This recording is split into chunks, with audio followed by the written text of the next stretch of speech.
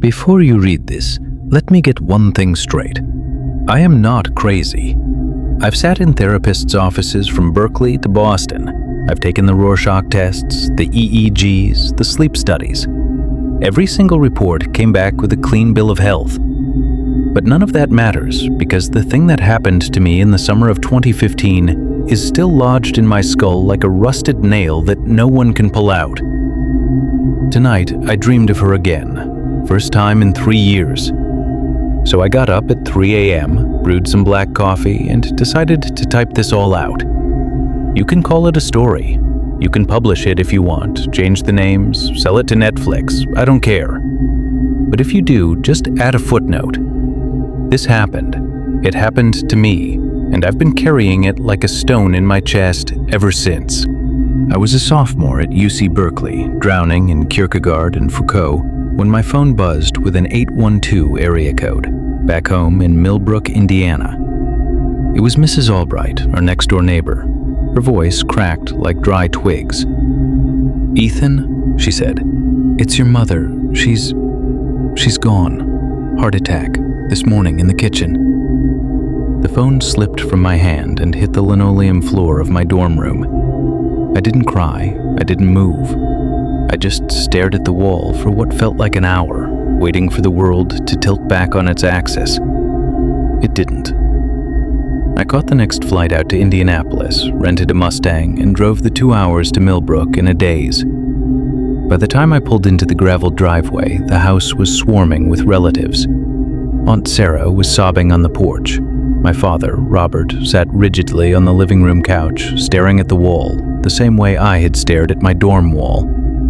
And my mother, Eleanor, lay in the open casket in the parlor. I pushed through the crowd and fell to my knees beside her. She looked peaceful, almost asleep, wearing her favorite navy blue dress. I grabbed her cold, stiff hand and pressed it to my forehead. I don't remember what I screamed. I just remember the smell, lavender perfume mixed with the sterile chill of the funeral home's preservatives. 3 days later, we buried her in the Millbrook Cemetery, right next to the old mill pond that bordered our property. I watched the dirt fall on the casket, and I thought that was the end of it. Grief, they say, is just love with nowhere to go. I figured I'd just have to learn to live with the nowhere. 5 days passed. I stayed in my childhood bedroom, trying to sort through my mother's things. Her closet still held her scent, honeysuckle and vanilla. I couldn't bring myself to throw anything away. My little sister, Lily, who had just graduated high school, was catatonic with grief. My father had retreated into a stoic silence, burying himself in paperwork at his accounting firm. On the 5th night, I couldn't sleep. I sat on the back porch, staring at the black water of the old mill pond just 50 yards from the house. The crickets were deafening. It must have been 2 a.m. That's when I heard it. A whisper. Not in my ear, but in the air around me. "Ethan." I froze. My blood turned to ice. I knew that voice. I had heard it sing me lullabies, scold me for bad grades, and call me for dinner 1,000 times. I looked up. She was standing at the edge of the pond, wearing the same navy blue dress we buried her in. My heart slammed against my ribs. I dug my nails into my palm until it bled, thinking it had to be a nightmare, but the pain was real. She was real. Her skin was pale as moonstone, and her hair was damp, plastered to her skull. She didn't walk, she drifted, her bare feet hovering an inch above the grass. "Mama?" I whispered, my voice catching. She raised a single finger to her lips. "Shh." And then she pointed toward the water. I took a step forward, my legs shaking like twigs. "What do you want?" She didn't speak. She just turned and glided toward the pond, stopping at the muddy bank. She pointed again, more urgently this time, at the murky depths. I inched closer. The water was black, opaque, disturbed only by the occasional ripple of a water strider. I leaned over, squinting, and then I saw it. A tangle of black hair floating just beneath the surface, tangled around a plastic garbage bag. I nearly vomited. I reached out with a trembling stick and hooked the bag, pulling it onto the grass. Inside was nothing, just a clump of mud. But when I looked back up, my mother was gone. The air was silent again. I ran back into the house, locked every door, and didn't sleep a wink. The next morning, I told my father, "Dad, I saw Mom. By the pond. I saw her." He looked at me with red-rimmed eyes, sighed, and poured himself a bourbon. It was 9 a.m. "Ethan," he said, "grief does terrible things to the mind. You're exhausted. You're hallucinating." I wanted to believe him. I really did. But on the 10th night, she came back. This time, she didn't call me. She called Lily. I woke up to the sound of the back door creaking open. I ran out of my room and saw Lily walking down the stairs in her nightgown, her eyes wide open but completely vacant, like a doll. "Lily," I grabbed her arm. "Where are you going?" She didn't look at me. She just whispered in a flat monotone, "Mommy is calling me. She wants me to come to the water."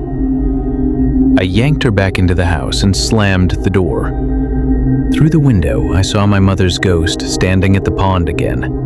But this time, she didn't look peaceful. Her face was twisted in fury. She was angry that I had stopped Lily. I pulled the blinds shut and held my sister until dawn. I started digging. I couldn't trust my father's dismissal. I went to the Millbrook Historical Society and pulled up old property records. I visited the local coroner and asked for my mother's autopsy report. Officially, it was a myocardial infarction, sudden cardiac arrest. But my mother was a marathon runner. She ate organic. She didn't have a single blocked artery on her last checkup. I called my Aunt Sarah, my mother's younger sister. "Aunt Sarah," I said, my voice cracking, "what was the last thing Mom said to you on the phone that morning?" Aunt Sarah was quiet for a long moment.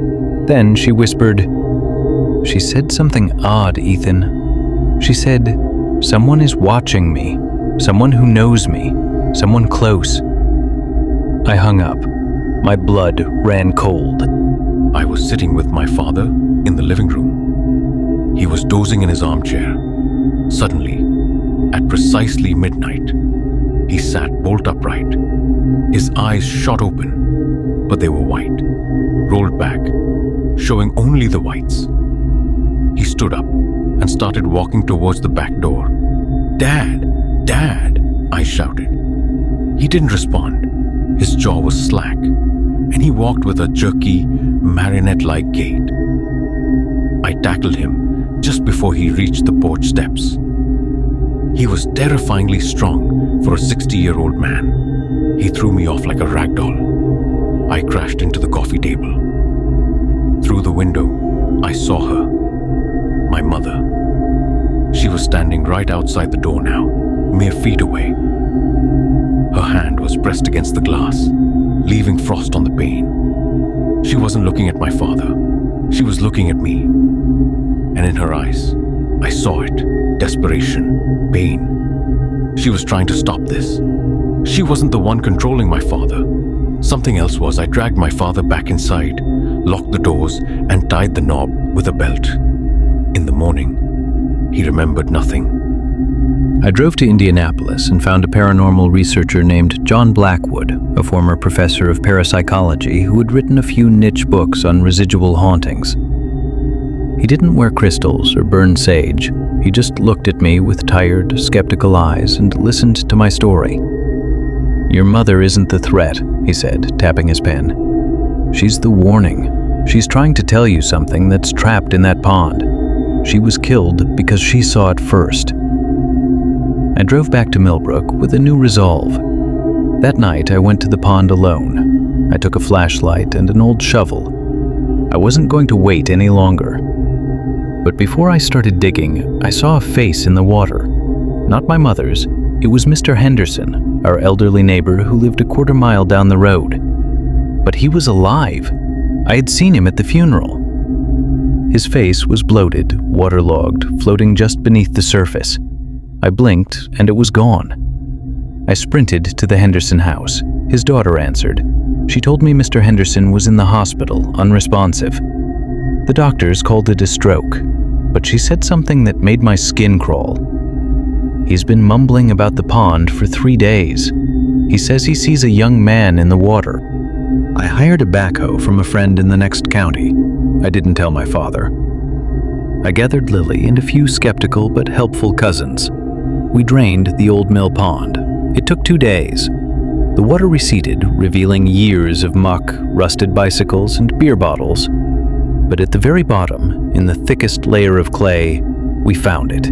A sealed, rusted metal footlocker, chained shut. We broke the chain with bolt cutters. Inside was a skeleton. A human skeleton wrapped in the remnants of a 1990s denim jacket. And clutched in the bony fingers was a faded Polaroid photograph. I picked up the photograph and felt the world drop out from under me. It was a young man. He looked exactly like my father. Same jawline, same narrow eyes, but younger, maybe 20 years old. On the back, written in faded ink were the words, James, 1995. My uncle, my father's older brother. The family story was that James had moved to Alaska in the mid-90s and never came back. No one had heard from him. Everyone assumed he just wanted a new life. I confronted my father that night. I laid the skull and the photograph on the kitchen table. Who is this, Dad? My father stared at the bones. His face went gray. He sank into a chair and wept, not the silent tears of grief, but the ragged, ugly sobs of a man who had been holding a bomb inside his chest for 20 years. He confessed everything. It was 1995. My father, Robert, and his older brother, James, owned the property jointly. James was a drunk, a gambler. He was going to sell the land to a developer to pay his debts, and he would have left Robert with nothing. They fought on the bank of the pond. Robert pushed him. It wasn't meant to be a killing blow, just a shove. But James stumbled, hit his head on a rock, and rolled into the water. Robert didn't save him. He watched his brother drown. He was terrified, a young man in his 20s, so we weighed the body down with chains, locked it in the footlocker, and let the mud swallow it. He told everyone James had gone to Alaska. James's spirit had been trapped in that pond for 2 decades. He couldn't cross over. And when my mother, sensitive, perceptive, intuitive Eleanor, moved back to the property after my grandmother died, she started to see him. She saw the face in the water. She knew something was wrong. James, furious that she saw him and terrified that he would be exposed, lashed out with the only power he had. He induced the heart attack that killed her. He used his rage to stop her mouth. But my mother fought back. Even in death, she loved us. She came back to haunt the house, not to scare us, but to lead us. She showed me the hair. She pointed at the water. She tried to drag my father to the pond to face his crime, not to kill him, but to force the confession. When that failed, she sent Mr. Henderson the visions, hoping someone else would drain the pond. She knew the truth would set us all free. We gave James a proper burial in the family plot, next to the spot we had just dug for my mother. The priest said a few words. We played the hymns he used to like. I saw my mother one last time. It was the night after the burial. She was standing on the back porch, but she wasn't pale or terrifying. She was radiant, warm, wearing her favorite cooking apron. She looked at me, smiled, and nodded. "Thank you," her eyes said. "You did good." Then she faded into the morning light. My father turned himself in to the Millbrook PD, but because the statute of limitations had long since passed for involuntary manslaughter in that county, and because there was no body to conclusively prove a crime in 1995, they let him go. He lives in a retirement home now. He doesn't talk much, he just stares at the walls. I moved back to Berkeley. I finished my degree. I got a job in publishing. I even went to a therapist, like I told you. But I never told him the full story. I just said I had family trauma. Tonight, I dreamed of her again. She wasn't at the pond. She was in the kitchen of my tiny apartment in San Francisco, making pancakes, just like she used to do for me when I was a kid. She didn't look dead. She looked alive. She turned to me, flipped a pancake, and said, "I'm proud of you, Ethan." When I woke up, I could still smell the maple syrup. That's why I'm writing this to you now. Not because I want fame or money, but because I need someone, somewhere, to know that love doesn't end with a heartbeat. And if you ever find yourself standing by a dark body of water and you see a face looking up at you, don't run. Look closer. Maybe it's just the past, finally trying to dig itself out. I'm sending this email at 4 a.m. on a Tuesday. I don't know if you'll believe me, most people don't, but if you're ever driving through Indiana, stop by Millbrook. Take a look at that pond. The water is clear now, the ducks are back. It's actually kind of beautiful. Just don't go there at midnight. And if you see a woman in a navy blue dress waving at you from the bank, wave back. She's just checking in.